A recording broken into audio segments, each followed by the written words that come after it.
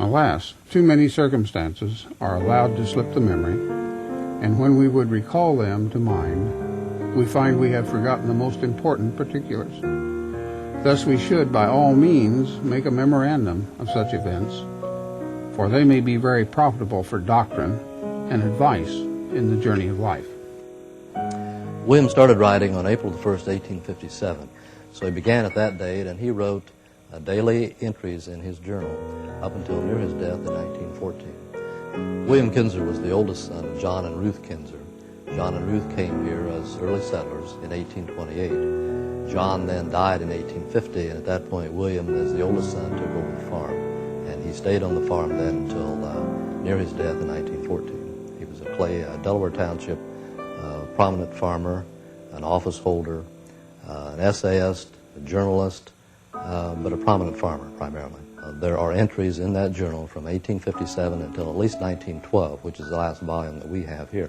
That one exception is when his son was accidentally killed in a stagecoach in Kansas. He was unable to comment on that for about 4 or 5 years later.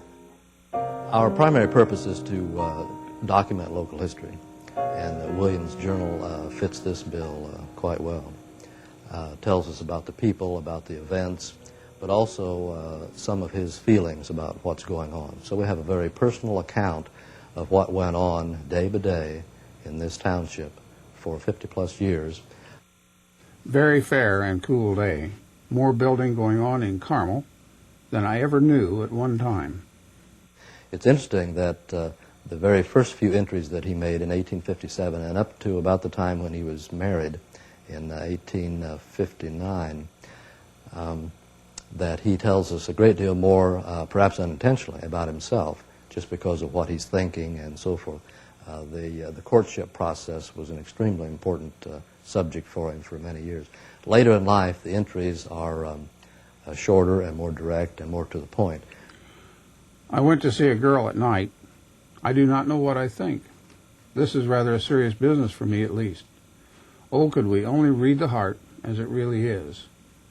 But we are told all is well that ends well. Then at best we can only live and hope for the better.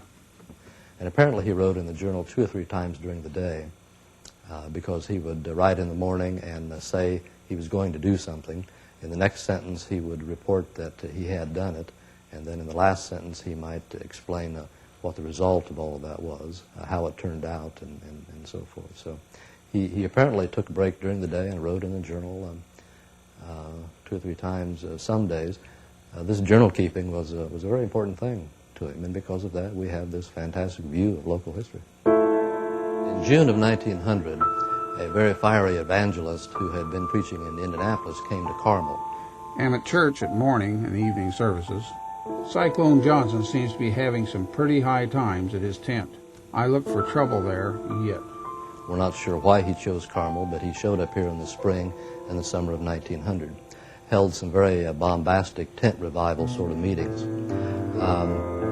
And then was involved in a shootout at a local livery stable when a warrant was served on him for horsewhipping a local youth who had been harassing him. There was a terrible tragedy at Carmel this evening. Cyclone Johnson was arrested, but they got into a row, and Johnson shot and killed Frank Carey.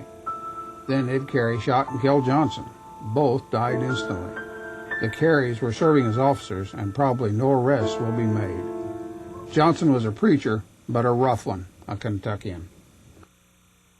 While there have been newspapers in Carmel and Clay Township, at least until from 1887, we don't have copies of those. They haven't survived. So William's commentary on what went on in Carmel as far as the births and deaths and marriages that he records, for example, are primary source material for us. I would consider him a hero to historiography. He recorded material for us that we would not have otherwise.